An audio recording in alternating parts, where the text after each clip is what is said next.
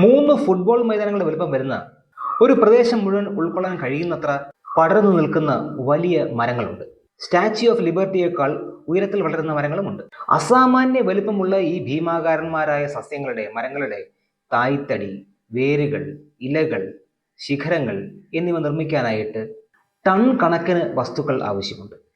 ചെടികൾക്കും മരങ്ങൾക്കും അവരുടെ ശരീരം രൂപപ്പെടുത്താൻ ആവശ്യമായ വസ്തുക്കൾ എവിടെ നിന്നാണ് ലഭിക്കുന്നതെന്ന് ചിന്തിച്ചിട്ടുണ്ടോ? നമ്മൾ മിക്കവരും ചിന്തിക്കുന്നത് ഇത് മണ്ണിൽ നിന്ന് വേരിലൂടെ വലിച്ചെടുക്കുന്നതായിരിക്കുമെന്നാണ്. ആ ചിന്തയ്ക്ക് തെറ്റ് പറയാനില്ല.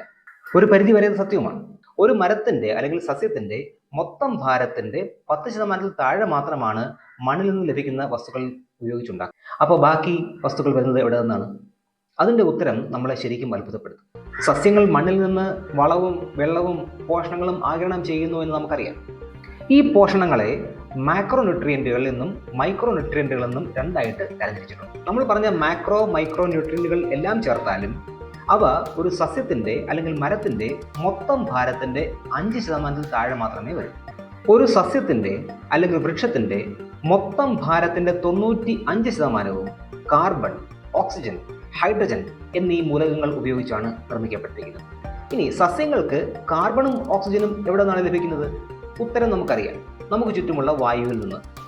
സസ്യങ്ങളിലെ കാർബണിന്റെയും ഓക്സിജന്റെയും അളവിൽ ഗണ്യമായ ഭാഗവും വരുന്നത് അന്തരീക്ഷത്തിലെ കാർബൺ ഡയോക്സൈഡിൽ നിന്നാണ്. അതിനാൽ ഫോട്ടോസിന്തസിസിൽ സസ്യങ്ങൾ കാർബൺ ഡയോക്സൈഡിൽ അടങ്ങിയിരിക്കുന്ന ഓക്സിജൻ നിലനിർത്തുകയും ജലത്തിൽ അടങ്ങിയിരിക്കുന്ന ഓക്സിജൻ പുറന്തള്ളുകയും ചെയ്യും.